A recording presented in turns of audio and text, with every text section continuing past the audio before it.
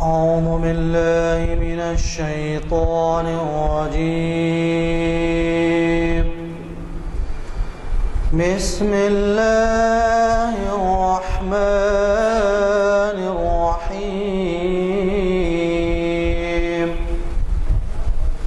أفلا ينظرون إلى الإبل كيف خلقت وإلى السماء كيف رفعت وإلى الجبال كيف نصبت وإلى الأرض كيف سطحت. فذكر إنما أنت مذكر لست عليهم بمسيطر إلا من تولى وكفر فيعظمه الله العذاب الأكبر. إن إلينا إيابهم ثم إن علينا حسابهم. صدق الله العظيم.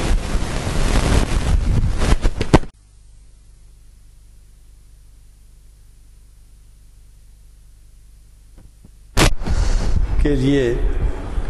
جامع مسجد عالیہ گن فاؤنڈری کے کانفرنس ہال میں بتاریخ 4 اپریل 2012 مطابق 11 جمادی الاول 1433 ہجری بروز چہارشنبہ جمع ہے، اور ہمارے اعلامیے کے مطابق، اعلامیہ نمبر 426 کے مطابق، ہم آج جناب مستر مجاز صاحب کو سننے والے ہیں، جو ابھی تشریف نہیں لا سکے. پتہ نہیں ابھی آپ کو معلوم ہو جائے گا کہ کیا دوسرا ارینجمنٹ ہے. اور ان کا عنوان ارمغان حجاز تجزیاتی مطالعہ ہے، اور ظاہر ہے کہ ارمغان حجاز پہ وہ کئی مرتبہ ہمیں مخاطب کر چکے ہیں، اور آپ نے ان کے خیالات سے استفادہ کیا ہے. میں بلا کسی مزید انتظار کے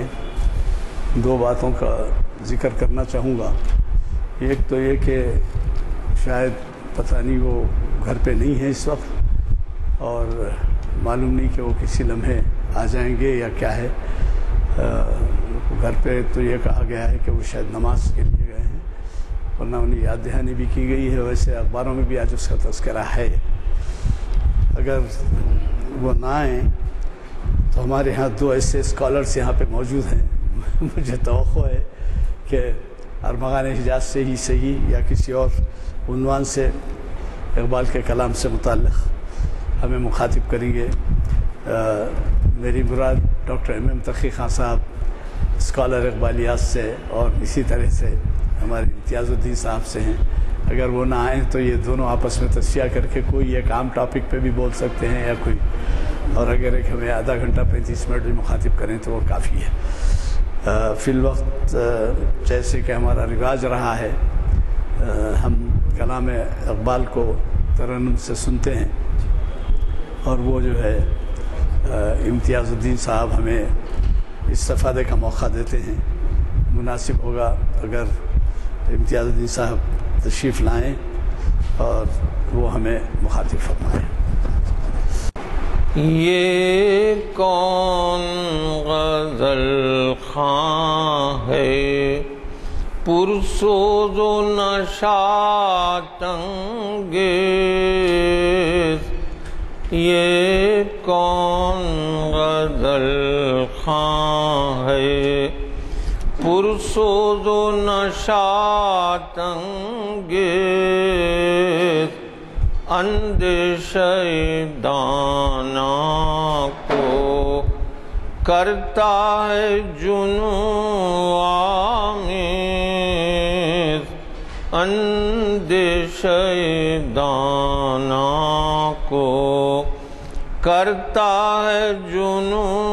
آمیز گو فقر بھی رکھتا ہے انداز ملوکانہ، گو فقر بھی رکھتا ہے انداز ملوکانہ، ناپختہ ہے پرویزی بے سلطنت پرویز، ناپختہ ہے پرویزی۔ اب حجرہ صوفی میں وہ فقر نہیں باقی، اب حجرہ صوفی میں وہ فقر نہیں باقی، خون دل شیراں ہو جس فقر کی دستاویز، اے حلقہ درویشاں وہ مرد خدا کیسا ہو جس کے گریباں میں ہنگامہ رستاخیز ہو، جس کے گریباں میں ہنگامہ رستاخیز، جو ذکر کی گرمی سے شعلے کی طرح روشن، جو فکر کی صورت میں بجلی سے زیادہ تیز کرتی ہے ملوکیت آثار جنوں پیدا، اللہ کے نشتر میں تیمور ہو یا چنگیز، یہ کون غزل خواں ہے۔ حضرات، اقبال کا پروفیسر گیان چند ابھی حال میں ان کا انتقال ہوا 2-3 سال پہ، اردو کے پروفیسر بھی تھے، وہ حیدرآباد سینٹرل یونیورسٹی میں بہت قابل آدمی تھے، تھوڑا سا کانٹروورشل بھی ہیں کہ وہ ان کے بارے میں کچھ اعتراضات بھی ہیں، لیکن انہوں نے جو ہے ابتدائی کلام اقبال کے نام سے ایک کتاب لکھی ہے، تو وہ اس کتاب میں خاص بات یہ ہے کہ اقبال کا ابتدائی کلام انہوں نے شامل کیا، اور اس میں بہت سا کلام ایسا ہے جو منسوخ ہے، منسوخ جیسا کہ آپ جانتے ہیں کہ کینسلڈ، کیونکہ اقبال ظاہر ہے کہ جب دنیا تمام میں دیکھا جا، معاف کرنا، وجہ یہ ہوئی کہ پہلے 4 دیواری میں جو کچھ ہوتا تھا ہاتھوں میں واقف ہوتے تھے، اب یہ ویب سائٹ کی وجہ سے ساری دنیا میں دیکھا جا رہا ہے کہ مستر مجاز صاحب کی بجائے آپ کا خطاب ہے، مجھے اعلان کرنا پڑ رہا، شاید کسی وجہ سے مستر مجاز صاحب نہیں آ سکے، تو امتیاز الدین صاحب جو آپ کے جانے والے اسکالر ہیں وہ ہمیں مخاطب کر رہے ہیں، اور ان کا پچھلا خطاب تھا پچھلے 4 شنبے کو، وہ خطاب تھا اقبال کے ابتدائی کلام کا جائزہ، بس تو اس میں بھی جو ہے کچھ ایسے پہلو رہ گئے تھے جس پہلو کو وہ اجاگر کرنا چاہتے تھے لیکن ٹائم نہیں تھا، تو آج ایک ایسا موقع نکل آیا ہے کہ ہم نے ان سے خواہش کی، گزارش کی، اور وہ اس گزارش کو مان کر اس کی تکمیل کر رہے ہیں۔ سماعت فرمائیں۔ تو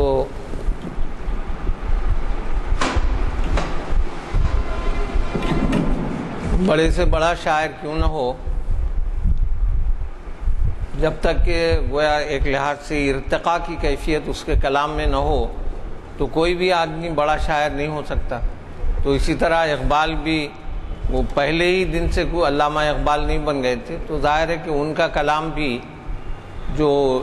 ڈیولپمنٹ کے سٹیجز ہیں اس سے گزرا ہے، اور چونکہ وہ تھے پنجاب کے اور وہ چاہتے تھے کہ اردو زبان بھی ان کی بہت اہل زبان کی طرح ہو، اسی وجہ سے انہوں نے داغ کی شاگردی اختیار کی، اور ظاہر ہے کہ داغ کا رنگ بالکلیہ مختلف تھا۔ داغ کے کلام میں شوخی اور محبت وغیرہ کے جذبات کا اظہار بہت زیادہ ہے، تو اقبال کا جو ابتدائی کلام ہے اس میں بھی کچھ وہ کیفیت ہے۔ جیسے اقبال کا ایک شعر ہے کہ بھری بزم میں اپنے عاشق کو تاڑا، تیری آنکھ مستی میں ہوشیار کیا تھی۔ ظاہر ہے کہ کوئی اگر اب یہ سنایا جائے شعر تو کوئی مانے گا نہیں کہ یہ اقبال کا شعر ہے، لیکن وہ داغ کے رنگ میں تھا۔ اسی طرح سے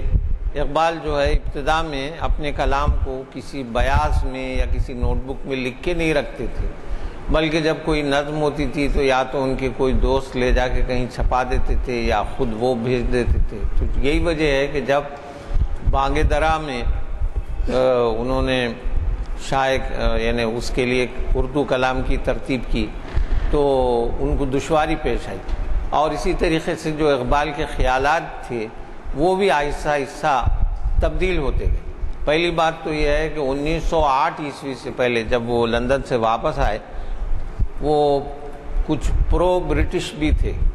یعنی انگریزوں کے خلاف نہیں تھے بلکہ انگریزوں کی تائید میں تھے، اور جیسا گزشتہ ہفتے میں نے آپ سے کہا بھی تھا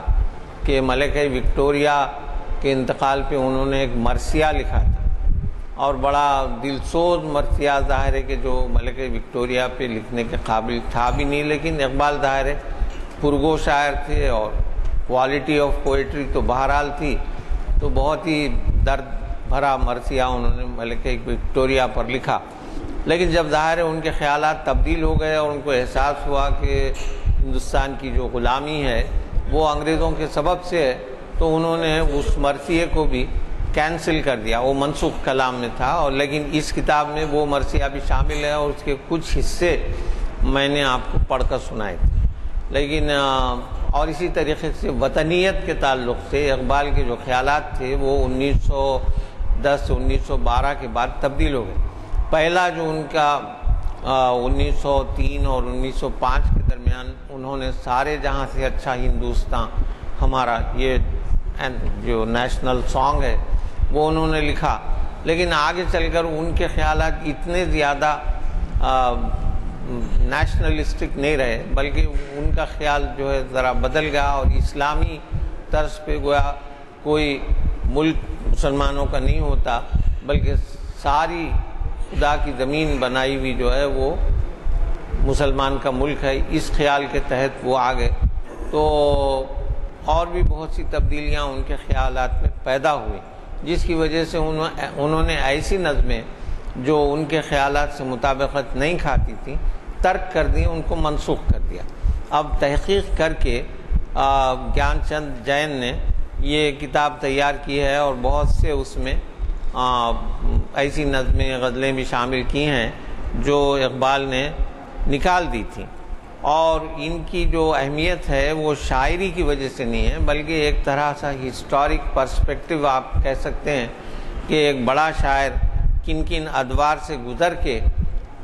شعر گوئی کی طرف راغب ہوتا، یعنی اس کی شعر گوئی ترقی کرتی ہے۔ تو چنانچہ بعض جگہوں پہ ایسا ہے کہ اس میں یہ ہے کہ ایک جگہ اقبال نے کہا تھا، جو نکال دیا اس میں صدائے درد اقبال کی نظم ہے، اس میں ایک بند تھا وہ انہوں نے نکال دیا کہ ہم نے یہ مانا کہ مذہب جان ہے انسان کی، کچھ اسی کے دم سے قائم شان ہے انسان کی، رنگ قومیت مگر اس سے بدل سکتا نہیں، خون آبائی رگے جاں سے نکل سکتا نہیں۔ تو ایک آرزو میں بھی ایک اور نظم ہے ان کی جس میں انہوں نے لکھا کہ میں بے وطن ہوں، میرا کوئی وطن نہیں ہے، شمشاد گل کا بیری، گل یاسمن کا دشمن، وہ آشیاں کے قابل یہ وہ چمن نہیں ہے، اپنوں کو غیر سمجھوں، اس سرزمین میں رہ کر میں بے وطن ہوں، میرا کوئی وطن نہیں ہے۔ اقبال نے یہ اشعار بھی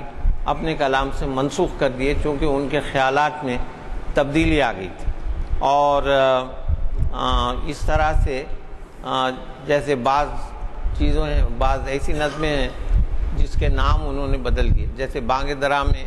ایک نظم ہے ڈیش ڈیش ڈیش کی گود میں بلی دیکھ کر۔ تو ان کی تحقیق یہ ہے کہ وہ عطیہ فیضی ایک خاتون تھیں جو انگلستان میں اقبال کی کلاس میٹ تھی، ان کی بہن وہ بھی بہت خوبصورت تھی۔ یہ بامبے کے پاس کوئی جزیرہ تھا جنجیرہ، اس کے نواب تھے، یعنی نواب آف جنجیرہ ان کی بیگم نازلی بیگم تھے، اور حسن اتفاق سے عطیہ فیضی سے شبلی نعمانی بھی بہت متاثر تھے، علامہ شبلی نعمانی۔ چنانچہ ان کے شبلی نعمانی کے خطوط بھی جو عطیہ فیضی کے نام ہیں ان میں بھی ایک طرح کا لگاوٹ کا احساس ہے۔ جیسے شبلی کی تصویر انہوں نے منگائی تھی عطیہ فیضی نے، تو اس وقت شبلی 70 سے اوپر تھے، لیکن شبلی نے اپنی جوانی کی تصویر بھیج دی تھی، اور اس کے بعد جو ہے ایک نظم انہوں نے عطیہ فیضی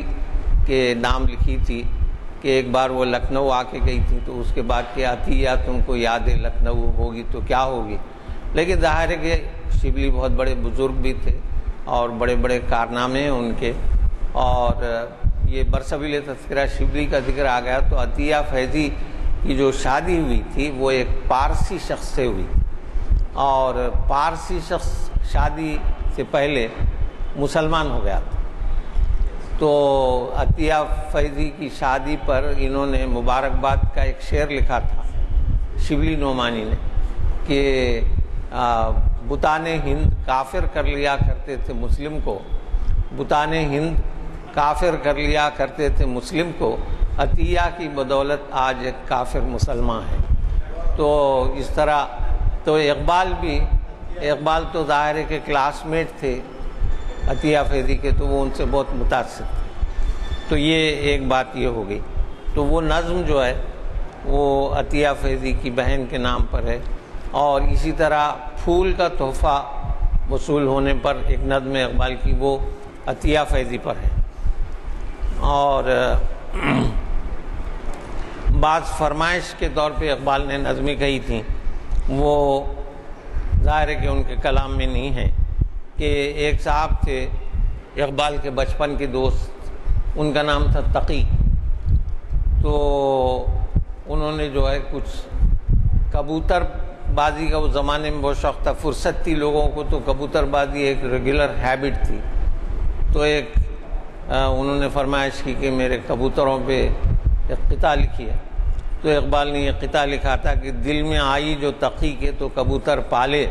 جمع لالا کے کیے لال ہرے مٹیالے، ان میں ایسے ہیں جو ہیں پہروں کے اڑنے والے، اب یہ ہے حال کہ آنکھیں ہیں کہیں پاؤں کے نیچے نہ معلوم زمیں ہے کہ نہیں۔ تو اقبال کی ایک غزل ہے اس زمانے کی، کیونکہ آواز نہیں آ رہی، اقبال کی اس زمانے کی ایک نظم ہے جو داغ کے رنگ میں، وہ یہ ہے کہ کیا مزہ بلبل کو آیا شیوے بیداد کا، ڈھونڈتی پھرتی ہے اڑ اڑ کر جو گھر صیاد کا، کس بتے پردہ نشیں کے عشق میں ہوں مبتلا، حسرت دل پر ہے برقع دامن فریاد کا، جب دعا بہر اثر مانگی تو یہ پایا جواب، غیر رو کر لے گئے حصہ تیری فریاد کا، ہوں وہ ناداں ڈر سے زیر دام پنہا ہو گیا، دور سے چہرہ نظر آیا اگر صیاد کا،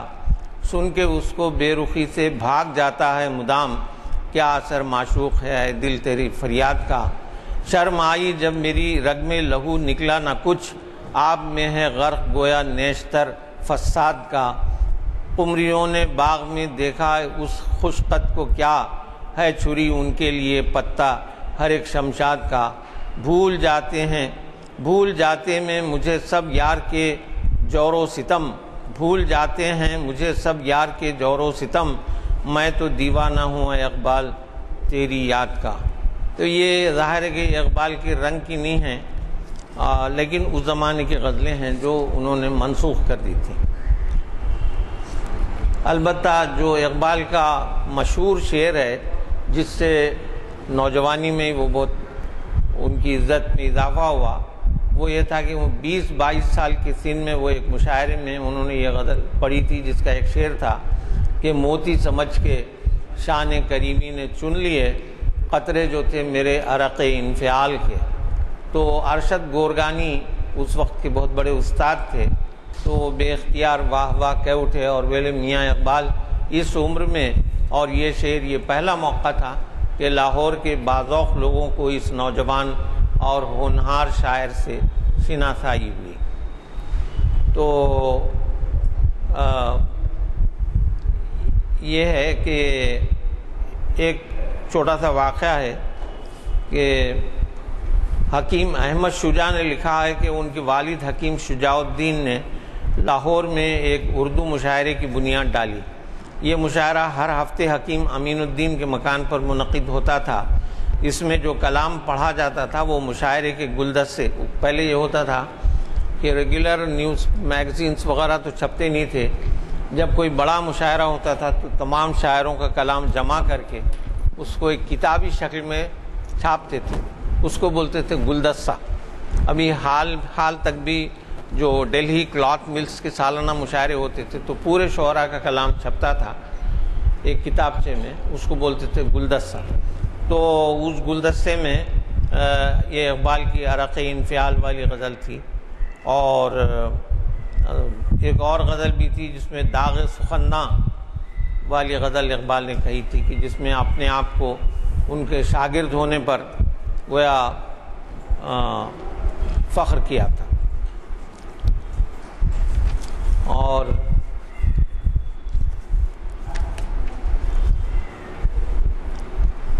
اچھا، بعض چیزیں ایسی ہیں جس میں مذہبی رنگ بھی موجود ہے، تو ایک منسوخ غزل کے چند اشعار میں آپ کو سنا دیتا ہوں کہ برسر زینت جو شمع محفل جانانہ ہے، شانہ اس کی زلف پیچاں کا پرے پروانہ ہے۔ شانہ بولتے ہیں، شانہ کے دو معنی، ایک تو کندھے کو بولتے ہیں اور ایک کنگھی کو بولتے ہیں، یہاں کنگھی کے معنی میں، کہ برسر زینت جو شمع محفل جانانہ ہے، شانہ اس کی زلف پیچاں کا پرے پروانہ ہے۔ شکوے جور و جفا سے باز آ جاتے ہیں ہم، کیوں صفِ محشر میں حالت تیری بے تابانہ ہے۔ اور دیکھ مغرب کی طرف سے جھومتا آتا ہے کیا، ساقیہ بادل نہیں اڑتا ہوا میخانہ ہے۔ حضرت واعظ ہیں میخانے میں شاید آ گئے، کلمہ لاحول ورد ہر لب پیمانہ ہے۔ یہ داغ کے رنگ میں شوق شعر ہے۔ اس کے بعد آخری میں یہ اقبال کا رنگ ہے کہ اڑ کے آئے اقبال سوئے بزم یثرب جائے گا، اڑ کے آئے اقبال سوئے بزم یثرب جائے گا، روح کا طائر عرب کی شمع کا پروانہ ہے۔ نعتیہ رنگ کا شعر ہے۔ اور یہ جب اقبال انٹر میں تھے اس وقت سے ہی جو ہے داغ کی شاگردی اختیار کر لی تھی، تو چنانچہ ان کا مقطع ہے نسیم اور تشنا، داغ کے دو بہت مشہور شاعر تھے، منشی دیا شنکر نسیم اور تشنا، پتہ نہیں ان کا پورا نام کیا تھا، کہ نسیم و تشنا، اقبال کا شعر ہے کہ نسیم و تشنا ہی اقبال کچھ اس پر نہیں نازاں، مجھے بھی فخر ہے شاگردی داغ سخنداں کا۔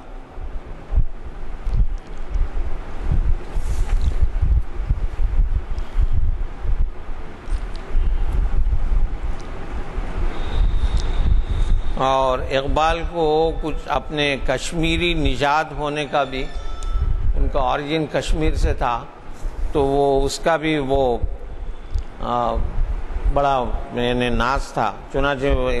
کئی قطعات ہیں کشمیر سے متعلق جو انہوں نے منسوخ کر دیے۔ کہکشاں میں آ کے اختر مل گئے، ایک لڑی میں آ کے گوہر مل گئے، واہ واہ کیا محفل احباب ہے، ہم وطن غربت میں آ کر مل گئے. یعنی لاہور میں کوئی کشمیریوں کی کانفرنس ہوئی تھی. اور اقبال کا ایک شعر ہے کہ 400 پھولوں کا انبار نظر آتا ہے، شاید اس بزم میں اقبال غزل خواں ہوگا. اور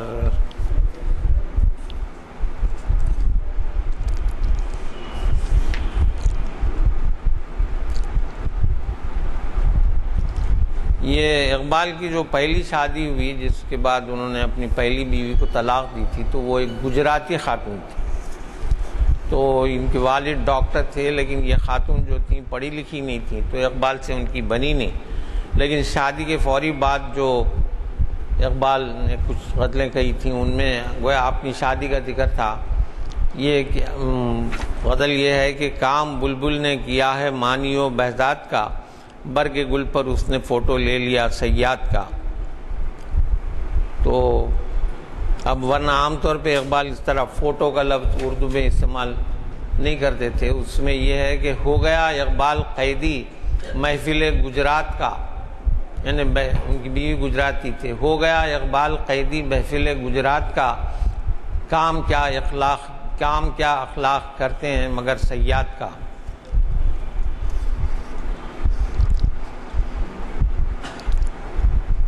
میں تو کچھ اور ہو گیا جب سے تیری محفل میں باریابی ہے. پھر یہ بھی ہے کہ لن ترانی بھی تور سوزی بھی پردے پردے میں بے حجابی ہے. تو یہ موسیٰ علیہ السلام کا تذکرہ ہے. سمجھیے کہ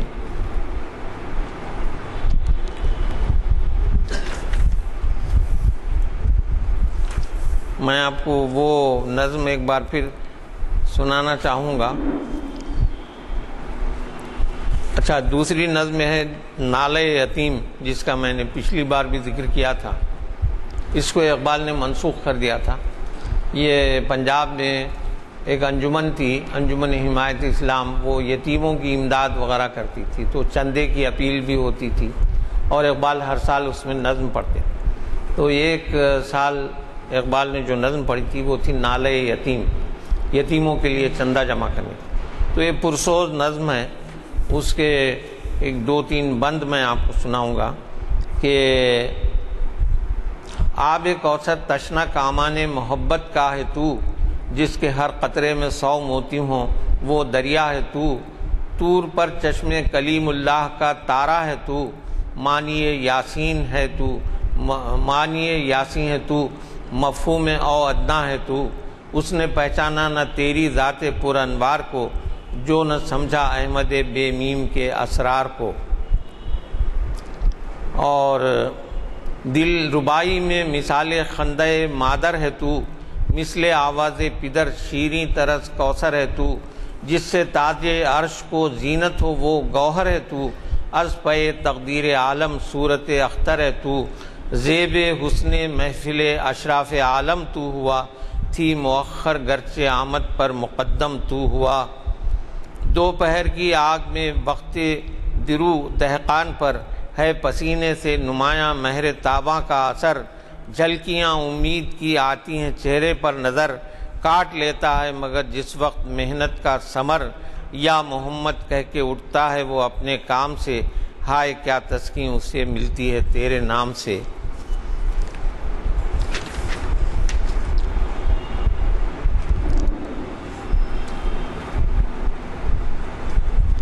اور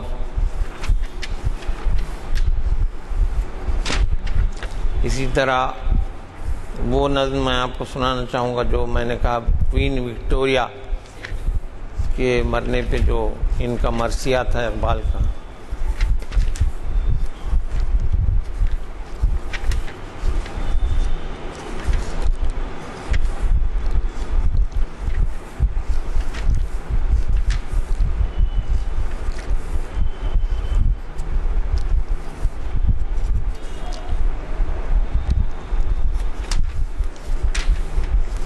اچھا، اس میں وہ میں ابھی تھوڑی دیر پہلے آپ سے بتا رہا تھا کہ داغ کے رنگ میں جو غزل ہے کہ نہ آتے ہمیں اس میں تکرار کیا تھی، مگر وعدہ کرتے ہوئے آر کیا تھی.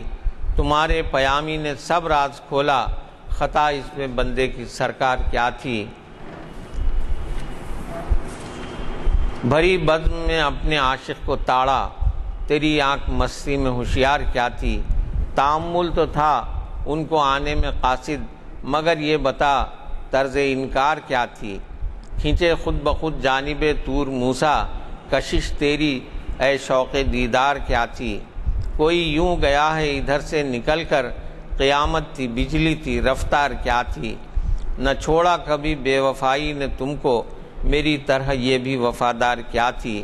ہزاروں کلیجے کو تھامے ہوئے ہیں، الہی وہ چشم فسونکار کیا تھی؟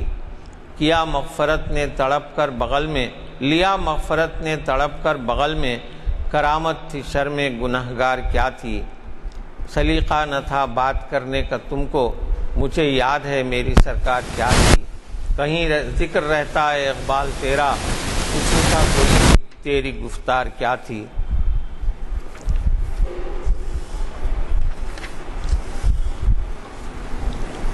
اور اسی طرح غالب پر ایک نظم ہے، اس میں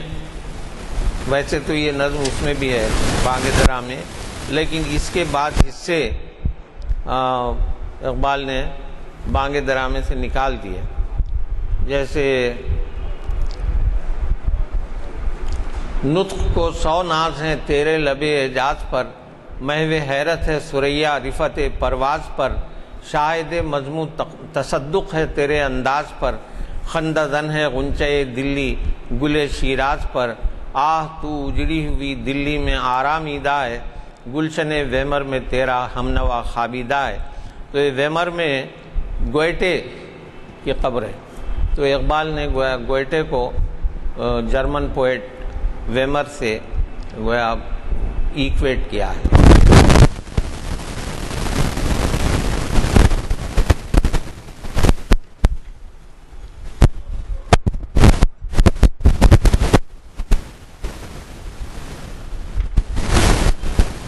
اچھا، اگر آپ لوگ لاسٹ ٹائم تھے انہوں نے بھی یہ نظم سنی ہے، مجھے اجازت دیں تو میں یہ نظم دوبارہ سنا دوں۔ یہ نظم جو ہے بانگ درا میں نہیں ہے، اور بلکہ اقبال کی منسوخ شدہ نظموں میں ہے، لیکن بچوں کے لیے جو ان کی نظمیں ہیں ان میں سے ایک نظم ہے، اس کا عنوان ہے شہد کی مکھی۔ تو اس کا جو بنیادی خیال ہے وہ بڑا اچھا ہے، بچوں کے لیے صحیح، لیکن نظم اچھی ہے کہ اس پھول پہ بیٹھی کبھی شہد کی مکھی، اس پھول پہ بیٹھی کبھی اس پھول پہ بیٹھی، بتلاؤ تو کیا ڈھونڈتی ہے شہد کی مکھی، کیوں آتی ہے کیا کام ہے گلزار میں اس کا، یہ بات جو سمجھاؤ تو سمجھیں تمہیں دانا، چہکارتے پھرتے ہیں جو گلشن میں پرندے، کیا شہد کی مکھی کی ملاقات ہے ان سے، عاشق ہے قمری کی کہ بلبل پہ ہے شیدا، یا کھینچ کے لاتا ہے اسے سیر کا چسکا، دل باغ کی کلیوں سے تو اٹکا نہیں اس کا، بھاتا ہے اسے ان کے چٹکنے کا تماشا،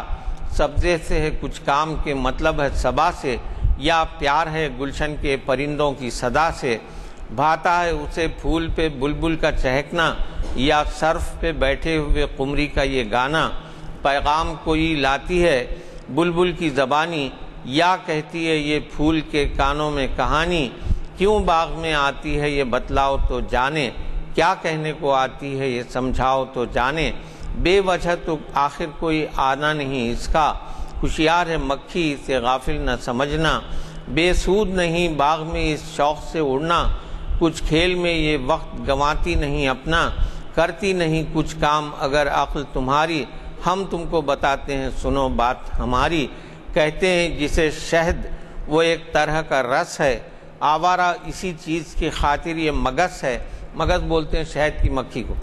آوارہ اسی چیز کی خاطر یہ مگس ہے، رکھا ہے خدا نے اسے پھولوں میں چھپا کر، مکھی اسے لے جاتی ہے چھتے میں اڑا کر، ہر پھول سے یہ چوستی پھرتی ہے اسی کو، یہ کام بڑا ہے اسے بے سود نہ جانو، مکھی یہ نہیں ہے کوئی نعمت ہے خدا کی، ملتا نہ ہمیں شہد یہ مکھی جو نہ ہوتی، اس شہد کو پھولوں سے اڑاتی ہے یہ مکھی، خود کھاتی ہے اوروں کو کھلاتی ہے یہ مکھی، انسان کی یہ چیز غذا بھی ہے دوا بھی، قوت ہے اگر اس میں تو ہے اس میں شفا بھی، رکھتے ہو اگر ہوش تو اس بات کو سمجھو، تم شہد کی مکھی کی طرح علم کو ڈھونڈو، یہ علم بھی ایک شہد ہے، اور شہد بھی ایسا دنیا میں نہیں شہد کوئی اس سے مصفا، ہر شہد سے جو شہد ہے میٹھا وہ یہی ہے، کرتا ہے جو انسان کو دانا وہ یہی ہے، یہ عقل کے آئینے کو دیتا ہے صفائی، یہ شہد ہے انسان کی وہ مکھی کی کمائی، سچ سمجھو تو انسان کی عظمت ہے اسی میں، اس خاک کے پتلے کو سنوارا ہے اسی نے، پھولوں کی طرح اپنی کتابوں کو سمجھنا، چسکا ہو اگر تم کو بھی کچھ علم کے رس کا۔ تو یہ نظم ہے جی، ہاں ابھی ایک وہ ڈھونڈ رہا میں، اور بیچ میں ایک منٹ ہے۔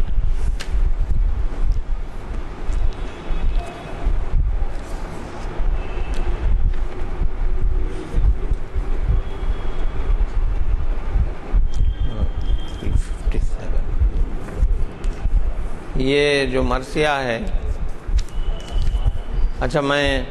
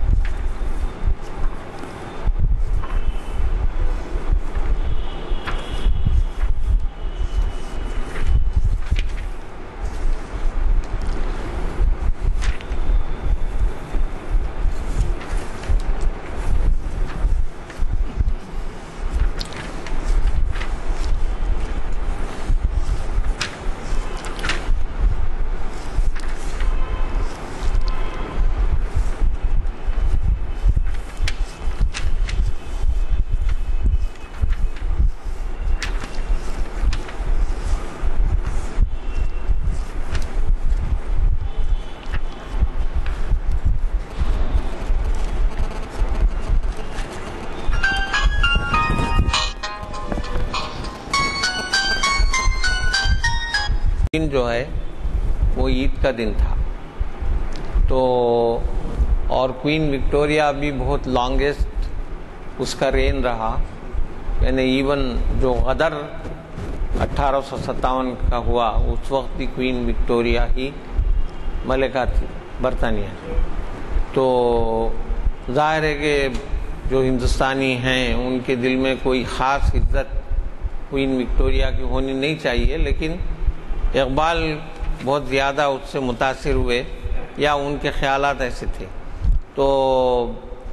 22 جنوری 1901 کو کوئین وکٹوریہ کا انتقال ہوا، اس دن عید تھی لیکن یہ جو تعزیتی جلسہ ہوا وہ اس کے 2 دن کے بعد ہوا، تو اس میں عید کا بھی ذکر ہے، اور یہ اقبال بتانے کی کوشش اس میں کرتے ہیں کہ عید بھی جو ہے ہمارے لیے غمگین کن ثابت ہو گئی چونکہ ملکہ مر گئی۔ ظاہر ہے کہ وہ اقبال کے خیالات بعد میں بدل گئے، تو یہ اشک خون یعنی خون کے آنسو ملکہ وکٹوریہ کا مرثیہ ہے اقبال کا، جو منسوخ کر دیا انہوں نے۔ اے آہ آج برق سرے کوہسار ہو، یا تیر بن کے میرے کلیجے کے پار ہو ٹکڑے ٹکڑے ٹوٹ کے اے رشتہ نفس، اے مرغ روح باز اجل کا شکار ہو، اے دامن دریدہ پیراہن حیات، ہاں آج زیب دیدہ خونابہ بار ہو، پھرتے ڈھونڈتے اجل ناگہاں کو ہم، ہاں اے حیات خضر نگاہوں میں خار ہو، اے افسری کے تاج گریباں کو چاک کر، اے کرسی طلائے شہی سوگوار ہو، اے دل اگر جفا طلبی کا مذاق ہے، مرہون تلخی ستم روزگار ہو، پسنے کا جب مزہ ہے کہ اے آسیائے غم، پس پس کے جان اپنی مثال غبار ہو، میت اٹھی ہے شاہ کی تعظیم کے لیے، اقبال اڑ کے خاک سرے رہ گزار ہو۔ ظاہر ہے کہ اقبال کے لیے بھی یہ مصرع اچھا نہیں ہے، اقبال اڑ کے خاک سرے رہ گزار ہو، مدت کے بعد تجھ کو ملے ہیں غم فراق، ہم تجھ پہ صدقے جائیں تو ہم پر نثار ہو، چلتے رہے حیات مگر گھات میں خوشی، کونے لگی ہوئی نہ سرے رہ گزار ہو، آئی ادھر نشاط ادھر غم بھی آ گیا، کل عید تھی تو آج محرم بھی آ گیا۔ یعنی وہ کوئین وکٹوریا کی موت کو گیا کلاس سے محرم سے مثال دے رہے. ہاں اے ہلال عید خدا کی قسم تجھے خواہان عیش کیا نظر آتے ہیں ہم تجھے. اے جامع بزم عید مقدر یہ تھا تیرا لبریز کرنے آئے مئے اشک غم تجھے. ایسی گھڑی میں تیری افق پر ہوئی نمود سمجھا نہ کوئی حلقہ ماتم سے کم تجھے. اے منت غم سے ہم مگر اے خنجر ستم کرتے تھے ذبح طائر بام حرم تجھے. کھلتی ہے کچھ ہمارے مقدر پہ یہ کجی سجتا نہیں نظر میں ہماری یہ خم تجھے. بیماری نشاط اگر ہے تو صبح غم پڑھ کر کرے گی سورہ والحشر دم تجھے. ہاں اے شعائے ماہ شب اول طرب دل جانتا ہے تیرے کمانے ستم تجھے. کہتے ہیں آج عید ہوئی ہے ہوا کرے اس عید سے تو موت ہی آئے خدا کرے. تو اس طرح ہوتے ہوتے شاہی یہ ہے کہ اور غم چشم تر میں ہو شاہین شہی پہ شان غریبی نظر میں ہو. شاہی یہ ہے کہ آنکھ میں آنسو ہوں اور کہ چلائے کوئی درد کسی کے جگر میں ہو. اے ہند تیری چاہنے والی گزر گئی غم میں تیرے کراہنے والی گزر گئی. سب ایگزیجریشن ہے. اے بحر حکمراں جو زمینوں کی تھی گئی آغوش موج جس کے سفینوں کی تھی گئی. اس زمانے میں برطانیہ سب سے بڑی بحری طاقت سمجھا جاتا تھا. تو اے بحر حکمراں جو زمینوں کی تھی گئی آغوش موج جس کی سفینوں کی تھی گئی. موج رواں ہو خون کی چشم حباب سے وہ آبرو جو تیرے خزینوں کی تھی گئی. ہو موت میں حیات ممات اس کا نام ہے صدقے ہو جس پہ خضر وفات اس کا نام ہے. اے شمع بزم ماتم سلطانہ جہاں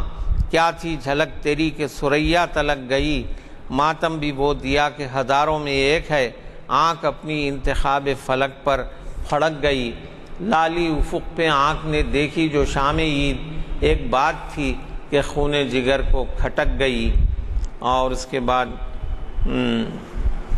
شورا ہوا جہاں میں یہ کس کی وفات کا ہے ہر ورق سیاہ بیاض حیات کا. ہاں بھولنا نہ موجہ باد سحر کہیں ہو ملک نیستی میں جو تیرا گزر کہیں. مانگی تھی ہم نے آج اجل کے لیے دعا صدقے نہ ہو گیا ہو دعا پر اثر کہیں. صورت تیری ہے اشک جگر سوز کی طرح قربان ہو نہ جائے ہماری نظر کہیں. پیغام خانہ سوزی دل بار بار دے فرصت نہ دو گھڑی نفس شعلہ بار دے. جس کا دلوں پہ راج ہو مرتا نہیں کبھی صدیاں ہزار گردش دوراں گزار دے. رہتا ہے دل میں صورت حرف نگین و نام شہرت جسے جہان میں پروردگار دے. رفتار اس کے نقش قدم پر کرے نصیب یہ مہر مادری کی تمہیں یادگار دے.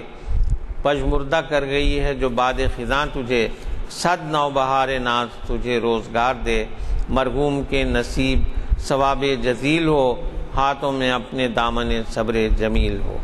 تو ظاہر ہے کہ یہ اقبال کے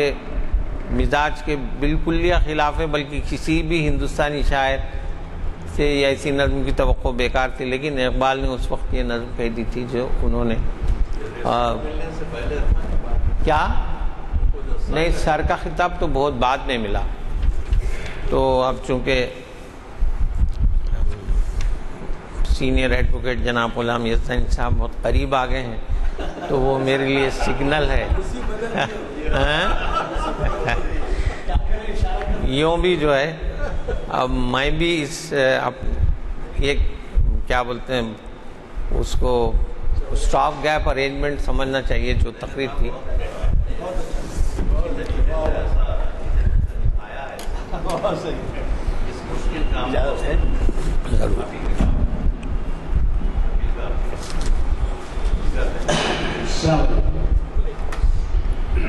جیسے کہ آپ واقف ہیں میری بھی کچھ مجبوریاں ہیں مگر آج کی ایک بہت بڑی مجبوری یہ تھی کہ آج کے مقرر صاحب شاید ظاہر ہے اسکالرس جو ہوتے ہیں ان کے لیے کچھ معافی کا مارجن دینا پڑتا ہے کیونکہ اتنا زیادہ مرکوز مرتکز ہوتا ہے